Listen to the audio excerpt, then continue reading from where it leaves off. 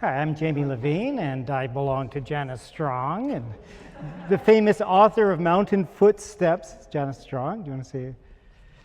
Thank you all for coming on this fine spring day. I've done many presentations, both in Cranbrook and Kimberley, and I'm loving doing them. I do them for free, but if you can donate to the Cranbrook History Center, that would be great, because they certainly appreciate the donations.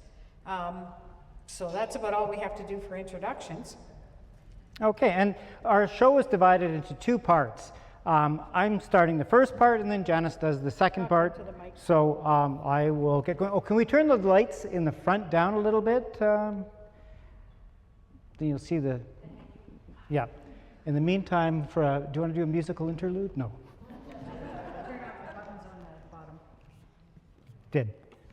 Okay, so Plants Unveiled, the secret of a hidden world. All of the images in this presentation were created using Adobe Illustrator, Adobe Firefly Image Creator, and copyright-free images from Pixabay and Wikipedia. Most of the photos were taken by Janice and myself, and credit is given to those who were donated for our use in our show.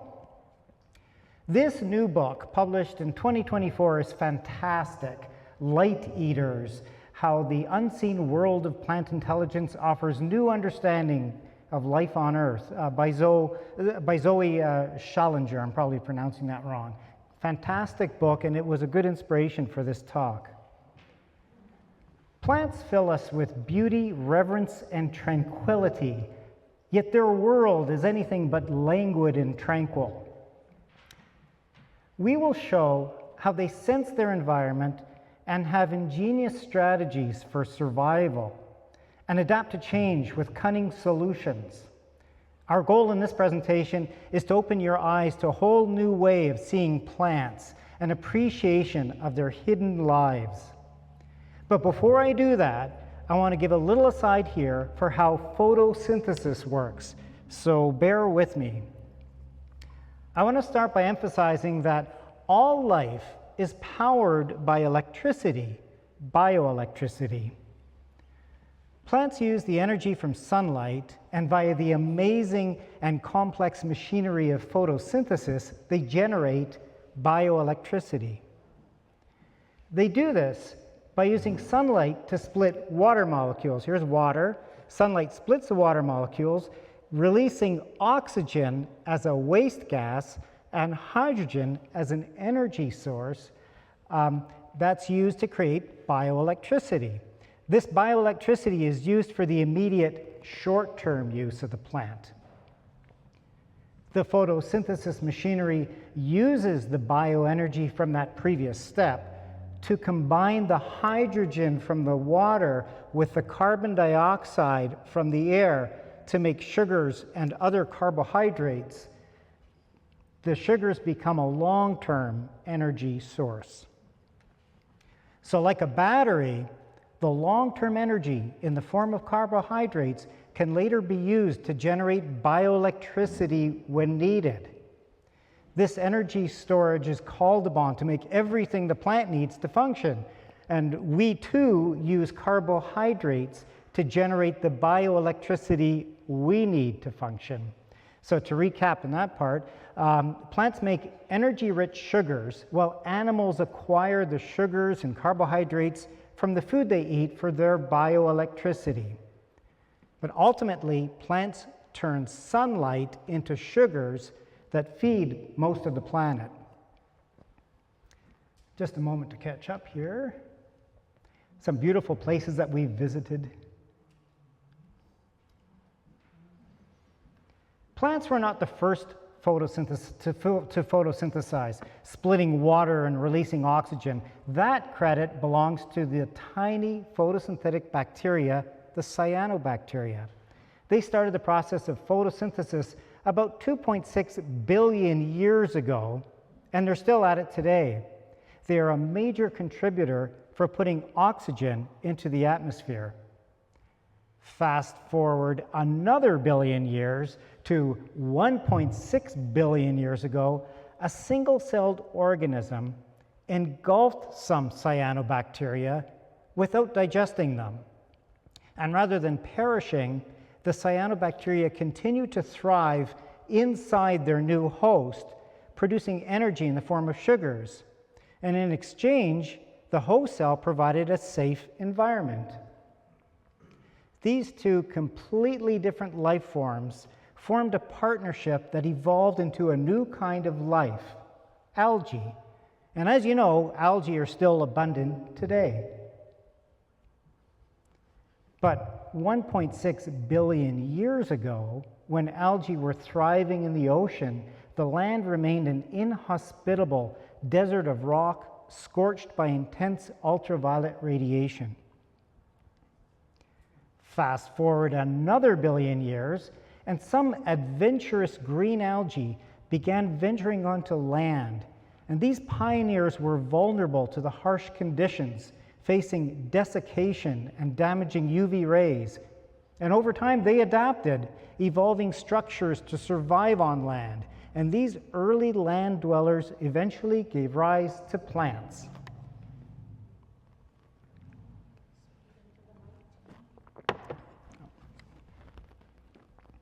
About 470 million years ago, these early plants began to set up cooperative arrangements with soil microbes.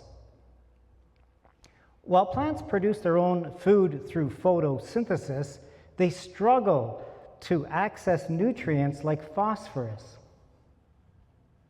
While on the other hand, soil microbes, especially fungi, excel at mining minerals but lack the ability to make their own food. This creates a great opportunity for a mutual beneficial exchange. I'd like to draw on the parallels between our gut microbes and the soil microbes for plant life, illustrating how both function as hidden yet essential partners in health.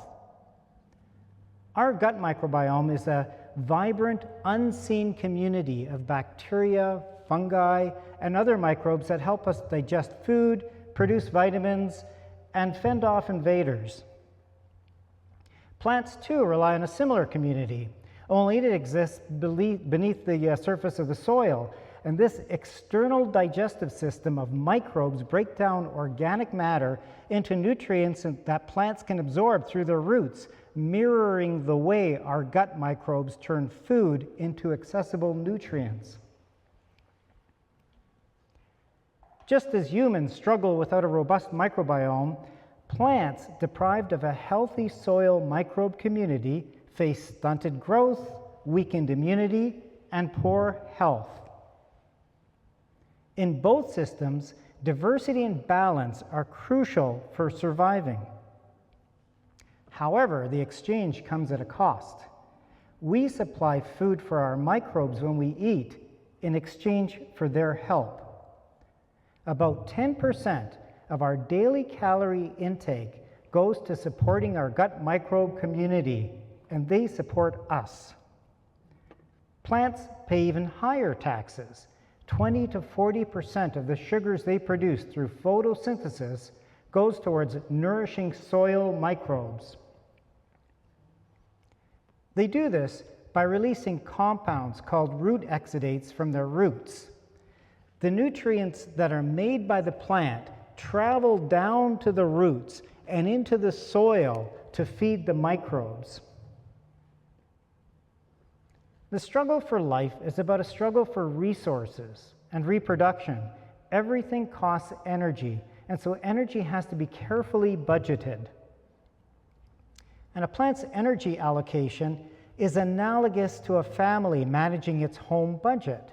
A plant has only so much energy, which it gets from photosynthesis, and it needs to decide how to spend it wisely across different expenses. An expensive yet successful strategy that many plants adopted was to develop brilliant flowers to attract pollinators. Pick me, says the flowers to attract the insects. And why go to all this trouble? Because in exchange for a sip of sweet nectar, pollinators spread the plant's pollen, essentially delivering sperm to fertilize female plants. It's a price well worth paying because survival of a species is all about propagating. In order to be successful, you have to be able to defend yourself. Plants are stuck where they are, so they have to allocate resources for protection, such as producing toxins, thorns, or tough or bitter leaves to fend off herbivores and other foes.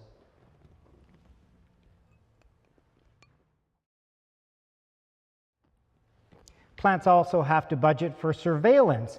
You have to know what's going on around you. Plants monitor their environment. They hear, smell, see, touch in order to make sense of their surroundings and act accordingly. The ability of plants to detect and respond to sound is called phytoacoustics, and they can discriminate between sounds such as wind, insects, or even water running underground or in pipes. For instance, the evening primrose can hear bees buzzing and boost their nectar production within 3 minutes of hearing the bees. And since nectar is energy intensive to produce, keeping levels low until pollinators are nearby saves the plant energy. It also reduces the chance of non-pollinators stealing the nectar. And many plants can distinguish the sound of caterpillars chewing and other environmental noises like wind or rain. Brassicas, such as cabbage and broccoli, respond to chewing sounds by boosting their chemical defenses and releasing airborne chemicals to warn neighboring plants. When recordings of caterpillar chewings are played back to plants, the plants respond, but there's no response when different sounds are played back. Next, we get to smells.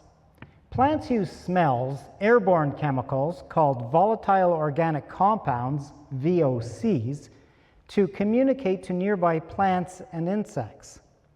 Some of these smells we can detect, like cut grass, the aroma of a forest, the scent of a flower. And when attacked by herbivores, plants emit VOCs that alert neighbors to boost their defenses.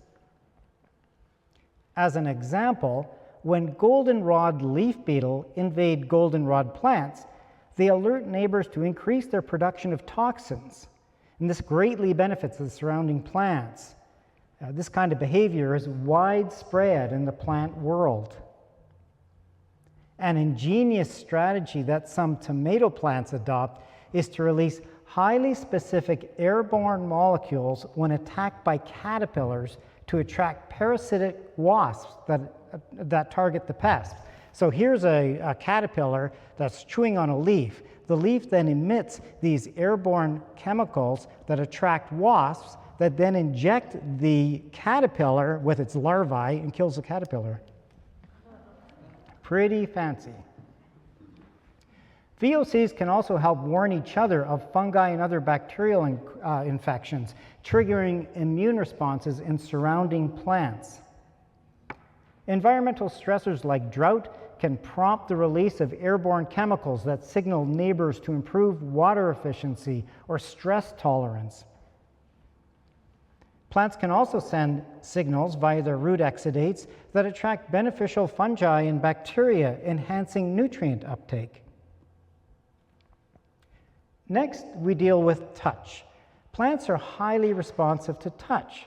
They can distinguish between various types of mechanical stimuli like wind or rain, or the footsteps and feeding activity of insects.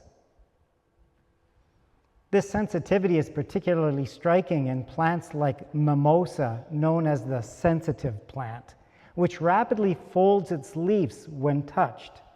Interestingly, if repeatedly exposed to non-threatening touches such as a finger tap, it may eventually learn to stop responding, a phenomenon similar to habituation in animals. Another well-known example is the Venus flytrap, the iconic carnivorous plant that snaps its trap shut when its sensitive trigger hairs are stimulated twice within a short period, helping it distinguish between actual prey and random disturbances like raindrops. Similarly, the tendrils of climbing plants like peas are sensitive to touch. When viewed in a time-lapse video, their tendrils appear to search actively, waving until they make contact with the support and then coiling around it to secure the plant's position. Although they don't have eyes, some plants have highly sophisticated light-sensing behaviors.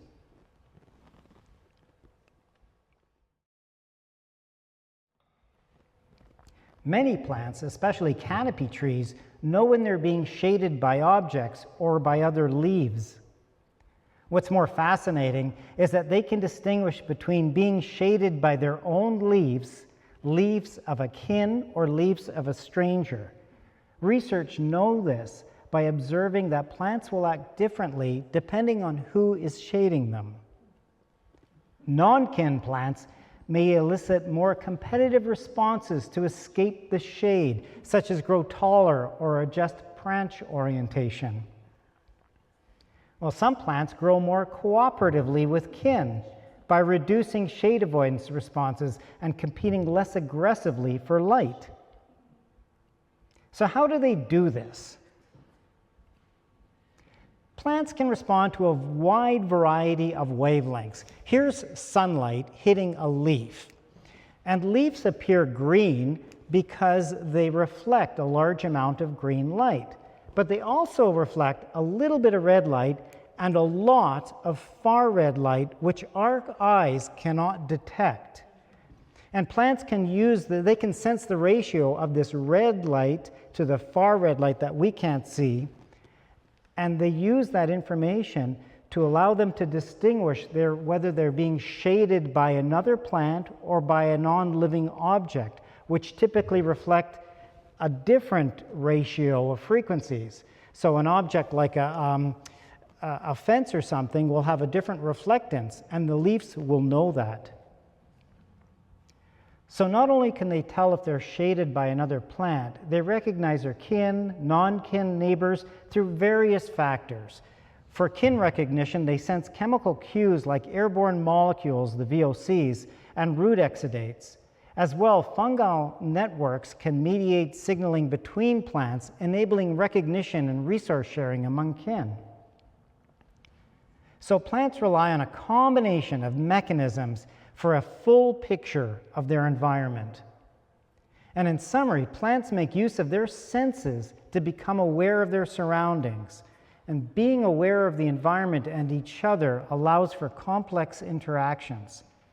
Plant communities are built on intricate relationships where cooperation and competition are intertwined. They communicate for light, space, and water, and they trade nutrients with fungi and other soil microbes and each other. The exchange mirrors supply chains and human economies where different resources like raw materials, labor, and technology are exchanged across different sectors. And these exchanges are often cooperative, but sometimes they involve coercive tactics like shading out smaller plants or creating aggressive root systems or stealing from the plant network. One of our local plants, pine drops, it doesn't even photosynthesize. It parasitizes the mycorrhizal fungi that associate with pine trees. It steals water, minerals, carbohydrates, and nutrients and supplies nothing in return. Another parasitic plant that we have here is coral root orchid. Like the pine drops plant, it too does not photosynthesize, and it steals everything it needs from the fungi that associate with the surrounding plants. And here's another alpine plant that I think we're all familiar with in this area, Indian paintbrush. It's hemiparasitic, meaning that it takes from the surrounding plants directly by connecting to their roots and extracting water and nutrients. And this plant does, however, photosynthesize, so it does some stuff for itself. So you can see that ecosystems are built on the pillars of cooperation, competition, and coercion. Nature is not about achieving harmony, it's opportunity. So next, I'll turn the presentation over to Janice, and she'll continue about plant ecosystems and strategies. But first, I'll change the program. Stop for Jamie. Thank you.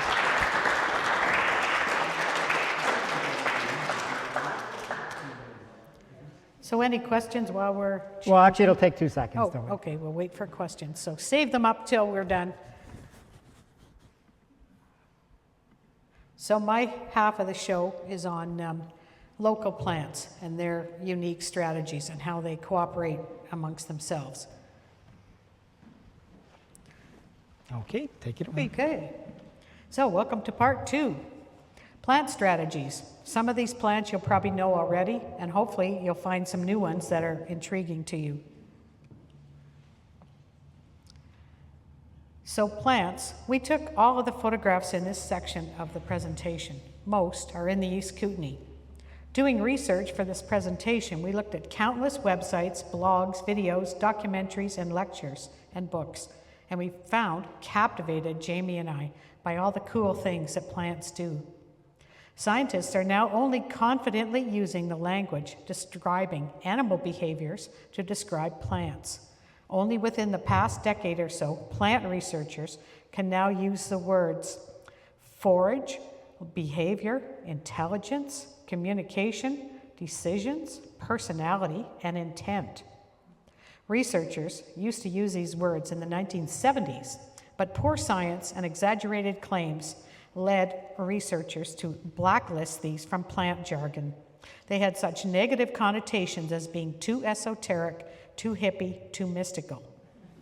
When you think about it, for the past 300 million years, plants have been the basis of the terrestrial food chain. Besides countless other things, plants discard oxygen. This evolution arose for anaerobic animals like us. Get up to the next section here. So plants provide most of humanity with our food, clean our air, clean our water, and they provide fuel, and they provide building materials, and most of the Earth's oil and gas comes from ancient plant reserves. And to a plant, spatial awareness is everything. That's a quote from the Light Eaters book.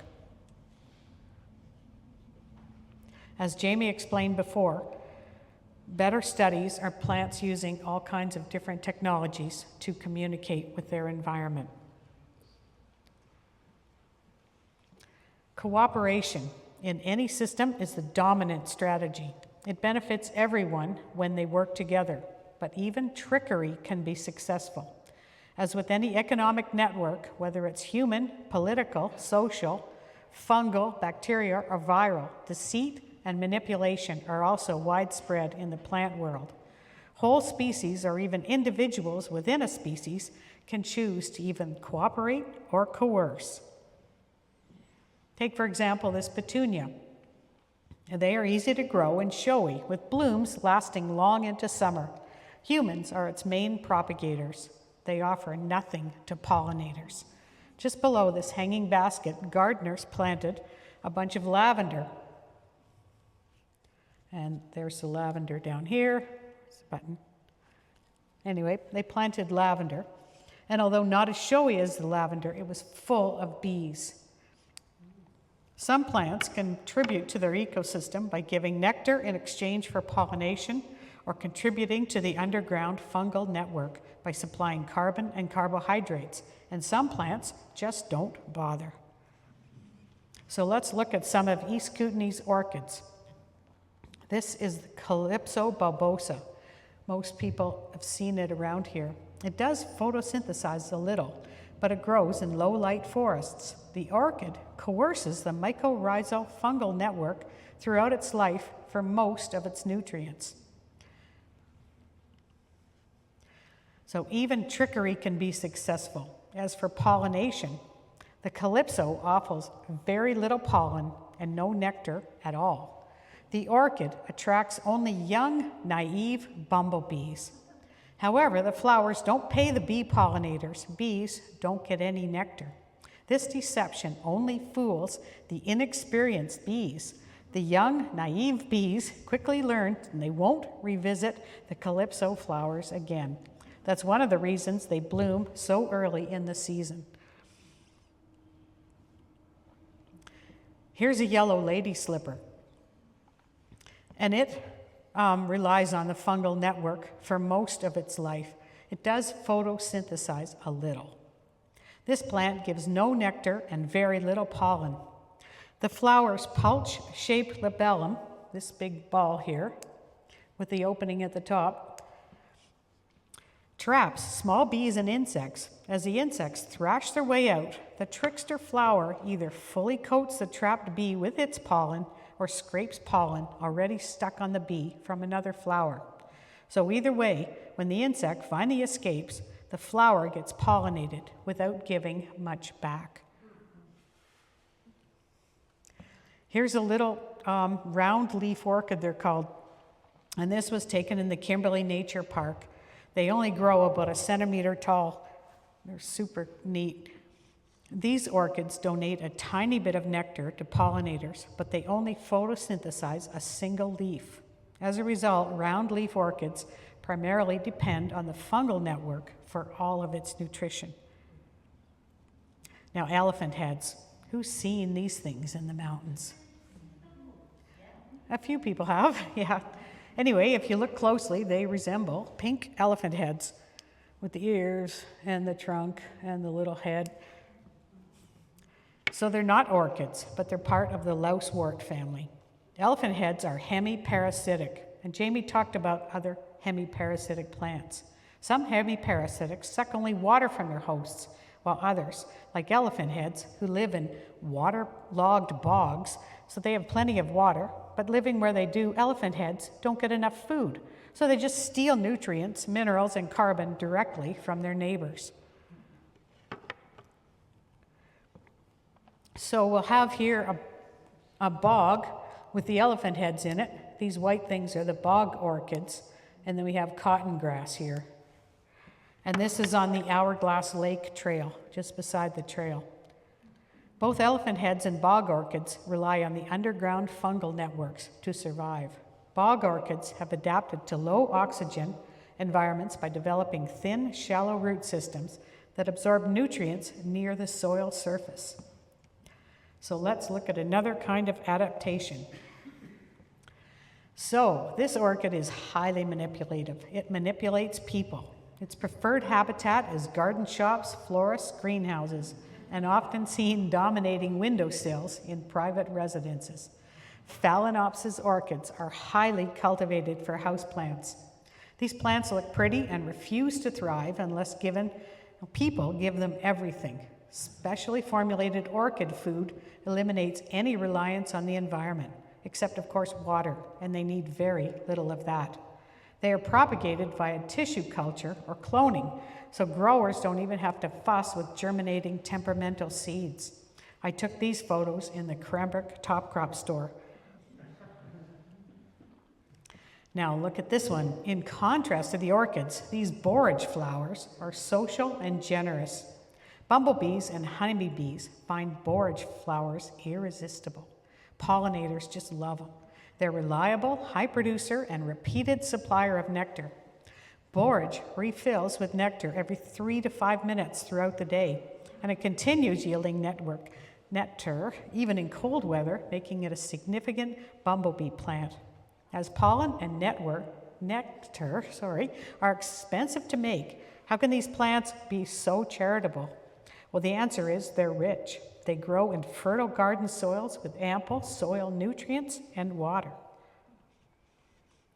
The bloom shape prevents rainwater and morning dew from diluting the plant's valuable nectar. These plants are prolific, easy to grow garden plants, and they add borage flowers to salads. So while we're talking about my garden, here it is. It looks like a weed patch to most. Hazy nods, yeah.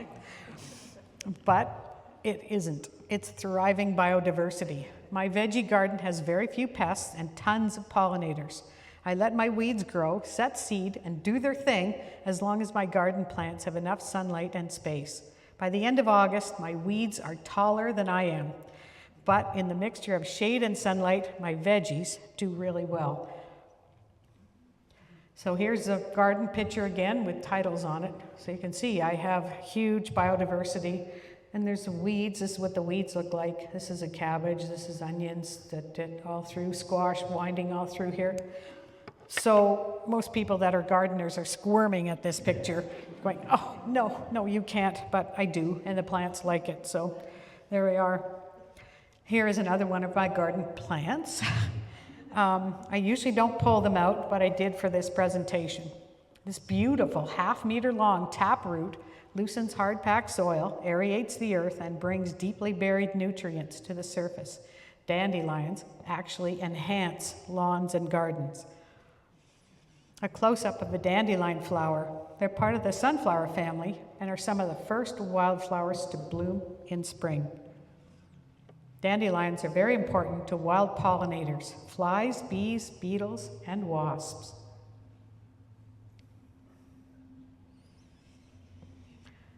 Now, here's another common, local, sturdy, tap-rooted plant, arrowleaf balsam root.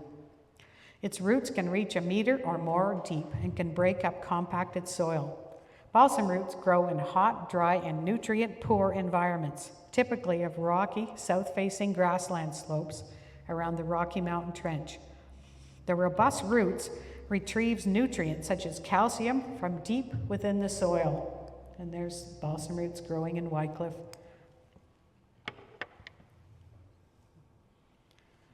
The flowering head of a balsam root is a composite, much like a sunflower, daisy, or aster. The young flower heads follow the sun. Balsam roots have 2 types of flowers, ray flowers and disc flowers. And I'm not going to get into the biological definitions of their differences because it's too complex for this show. So we'll move on to a combination or contrast. So this is the balsam root, and this is another one that's often confused with balsam root called the arnica. So arnica has an entirely different strategy and its preferred habitat. So instead of taproots, the arnica has rhizomes that are underground stems growing horizontally just beneath the soil surface. Rhizomes have nodes and internodes that sprout a new plant called ramet.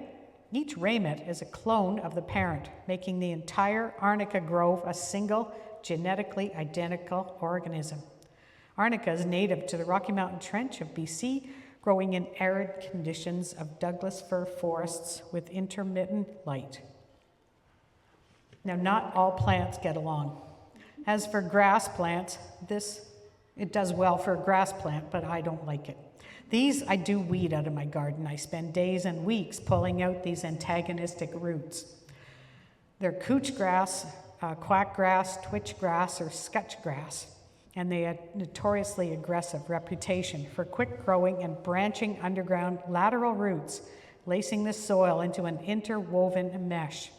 Even a tiny root fragment or leaf section can survive, allowing the plant to take over gardens and agricultural fields.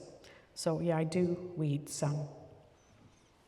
So another root strategy is wild strawberries, spread with another method called stolons.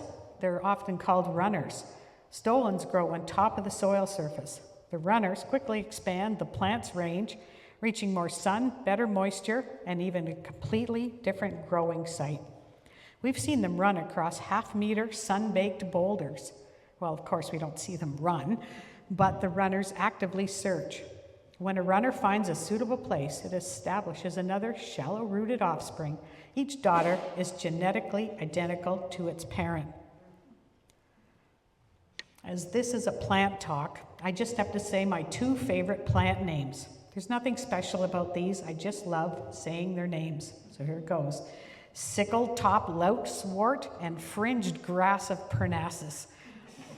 They both grow in the subalpine meadows of the East Kootenay. Sickle-top lousewort is a hemiparasitic plant, taking its nutrients from adjacent plant roots. Whereas fringed grass of Parnassus is not even a grass, it's a saxifrage, and the flowers are sort of fringy. So here's a sickle-top lousewort, and here is a fringe grass of Parnassus. Now let's peek into some reproductive strategies. Buzz pollination, or sonication, is a fascinating pollination mechanism where certain bees use vibrations to release pollen from flowers. Bumblebees and some solitary bees grasp a flower and rapidly vibrate their flight muscles without flapping their wings. These sonic vibrations are tuned to a frequency that releases pollen. In buzz pollination, bees get thoroughly coated with pollen. While it's common in plants like tomatoes, blueberries, and cranberries, kinnikinick isn't typically specialized for buzz pollination, but can also be pollinated by non-specialized pollinators. So the bee, these flowers are upside down, all the guts of the flower are up in here, and the bee hangs on this little lip when they vibrate their flight muscles without flapping their wings. It's pretty cool. And wind dispersal is another inexpensive way to release large quantities of this stuff. Lodgepole pine trees produce clouds in the spring, hoping some of it lands on the sticky female immature cones. These are the reproductive parts of the lodgepole pine. These little things are the sticky bits that collect the pollen. This is the female cone, immature, and this is the male pollen-producing thing. And we've all seen these. Wind dispersal of seed.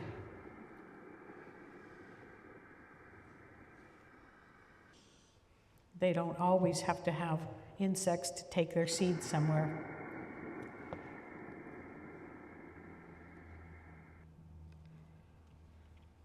Now, seeds. Seeds take the gamble of their lives when they decide to germinate. A quote from the Light Eater's book. How do they know it's the right time? Sometimes seed waits years to germinate. How do they know? If they sprout too soon, they could face cold temperatures, drought, predation, fungal attacks, and fail to grow. If they wait too long, earlier sprouting plants can outcompete them, or they won't have enough growing season to complete their life cycle. Seeds seem like dormant inert things, but they are not. Researchers are just beginning to learn how seeds somehow sense their environment, and that's a huge ongoing pile of research that they're working on. Grass is everywhere. So what's so important about grassland ecosystems? Today, grasslands are one of Canada's most endangered ecosystems. In BC's southern interior, hot, dry regions, much of the native grasses have been converted to cropland or bulldozed for urban use. This photo is the agricultural fields around Creston. Natural grasslands contain a diverse mix of plants and animals. Some native grasses grow over 2 meters tall, with at least that in root length. Grass's long and spreading roots stabilize the soil from wind, erosion, and drought. They also are a reliable method of carbon sequestration, as they retain a significant amount of carbon in their roots and their soils. That stored carbon is not released if something happens to the grasses. Intact and connected corridors of grasslands are essential to many species of wildlife, especially ungulates. Counterintuitively, grazing by herbivores is how grasslands sustain itself. Many grasses have evolved to be eaten or mowed. Grazing by deer and elk actually improves the growth and nutrition of these grass leaves. Once grazed, if there's enough rainfall, many species of grass will rapidly regrow for even greater forage. And pull this down further. So lack of grazing by deer and elk, and my pet peeve, elk fencing in Wycliffe, changes the entire grassland ecology. Fencing out herbivores removes the natural checks and balances. From my personal observations in Wycliffe, when the grasses are surrounded by elk fences, the weeds take over. Cinquefoil, rose hips, knapweed.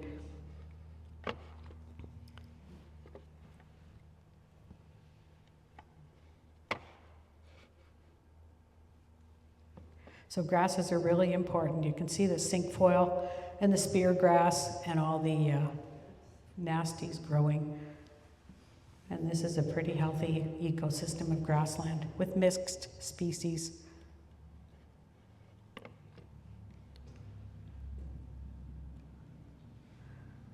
So now we'll get into plant defenses. Spikes, irritating contact reactions, barbs, thorns, or poisons. Don't you eat me, don't you touch me. Take my seed with you, but don't you eat me. Defenses are greater when resources are scarce. A devil's club grows around here. It's a fascinating and formidable plant native to the temperate rainforest that extends all the way to the Rocky Mountains. They thrive in rich, acidic soil. Devil's club spreads by rhizomes, forming dense, impenetrable thickets. It's resilient. Even after wildfires are logging, the plant sends out new shoots and the underground rhizome connection. Who's seen Devil's Club around here? Probably most of us have. Devil's Club lives in the dim light of the rainforest understory. Its maple leaf-like shapes can be 40 centimeters across. That's 16 inches of a leaf. This plant grows up to 2 meters high, and its stems and leaves are covered with fearsome, sharp, needle-like spines that easily penetrate skin, earning the devil's part of its name. These things on Devil's Club is called drupes. They're toxic to humans, but some birds can eat them. Now this one blows me away, stinging nettles. You wouldn't think much about this plant until you research it. It just blows me away. Its fascinating aggression took so much evolutionary effort. The immediate touch reaction leaves itchy, burning rash. On my skin, the irritation can last for days. The mechanism is both chemical and mechanical. I'll start with the mechanical irritation. When touched, the plants penetrate the skin with tiny hair-like structures, or more like inserting tons of brittle hypodermic needles. Then stinging nettles bring out the biochemical arsenal and injects chemical irritants such as histamine, acetylchlorine, formic acid, directly into our skin. By the way, formic acid is the same chemical that ants use as their defense. So if you've ever been bitten or stung by a red fire ant, not stung but bitten, you'll know that it hurts a lot. Once penetrated, the hypodermic needles of the stinging nettles break off, leaving the irritants fully embedded in the skin. The leaf surfaces, seeds, and stems all induce the toxin. Plants grow about 1 meter tall in the moist, dark forest and damp avalanche slopes of the southeastern BC. In contrast to stinging nettles, the previous slide, this is poison ivy. Poison ivy has a different strategy, and it smears the skin of intruders with an oily compound called urushiol. I'm not going to try to pronounce it. This chemical is found in all parts of the poison ivy, leaves, stems, roots. Even the dried and dead poison ivy plants contain the oily toxin. Now we'll get into something a bit more enjoyable. The cactuses have evolved another defense. They typically grow with little moisture, harsh sunlight, and poor soil. They must carefully budget their strategy, so they grow spikes to protect themselves from being eaten or even being stepped on. Prickly pear spines are modified leaves, giving a bit of shade to the plant's pads. Stay away, you nasty plant eaters. We only want the pollinators. Between a tangle of cactus spikes grows the brightly colored and rewarding nectar and pollen-filled flowers, made only for their flying pollinators, insects, birds, and bats. Cacti, including the prickly pear, are true desert survivors, combining toughness and elegance with ecological importance. The common burdock, an invasive in BC. Each individual can produce about 16,000 seeds, and these burrs were the inspiration for Velcro. Burdock outcompetes its neighbors and often grows in aggressive monocultures. Then we have the Canada thistle. Defense is fierce prickles, and rhizome roots is another invasive weeds. But the bees love it and eagerly gorge on the Canada thistle pollen. Then we have rose hips with thorns, and we have spotted knapweed that's super productive and it tastes bad. And then one of my favorite stuff, food.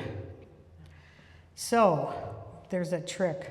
Garlic, ginger, mint, oregano, turmeric, cumin, chili peppers, coriander, fenugreek, paprika, mustard, and the list goes on and on, are distinctive flavors and aromas that humans love for culinary enjoyment. But surprisingly, these are often compounds made by plants for defense. These compounds protect the plants from bacterial or fungal infections and are often unpalatable to many insects or grazing animals. Many of these common plants taste good to humans, are antimicrobial, anti-inflammatory. For centuries, people have used these plant flavors to enhance our immune systems, reduce pathogenic harm. Some of these culinary ingredients also increase the safety and storage capabilities of food. It's fascinating how plant survival strategies have become such an integral part of our culinary and cultural traditions. I'm not even going to get into the multitude of plant poisons, drugs, and other defensive compounds that plants make. So now we'll get into autumn colors. The vibrant colors and cool air, it's a time to prepare for change. I'll just hint at the process of leaves turning from summer green into autumn yellows and golds. As winter approaches, deciduous plants undergo what's called leaf senescence. Leaves are expensive to make and maintain. It takes a lot of effort for plants to turn sunlight, air, and water into food. So why do plants bother with leaf senescence at all? Why throw their hard-earned stuff away?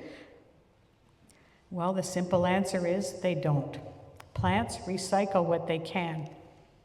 It's a systematic shutdown involving amazing and intricate chemistry in multiple stages of transformation, where every molecule in every leaf is dismantled.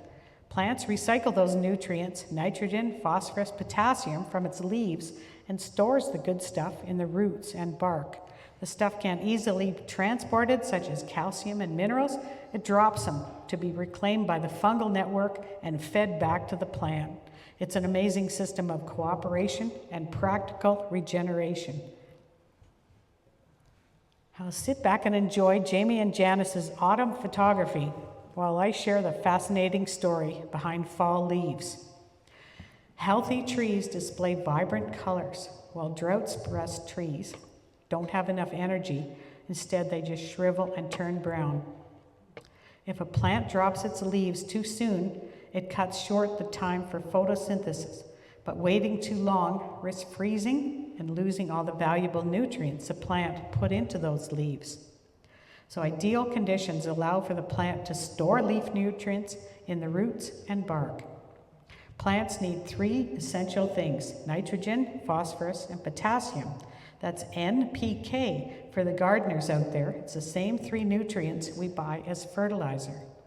Move them out. Everything must go. Let's pack them up, boys, and pump all that NPK, iron, proteins, and carbohydrates out of the leaves. Hurry up. Send all that stuff into the winter cold storage bin. Don't waste the good stuff. In order to strip all the good stuff, back up here, and then we'll miss most of the video. Well, I'll just keep reading here. Sorry about that. So they store all this back in the roots, and most of the trees around our area are turning yellow, and that's the end of their leaf senescence. But some of the trees, like maples, they continue with another intense chemical step that turns them into red. So it's a huge process, step chemistry, all the way along. And then that is the end of my slideshow. So thank you for coming to the show, and please donate to the Cranbrook History Center. And if you have any questions, we're here to answer questions. All right, thank you.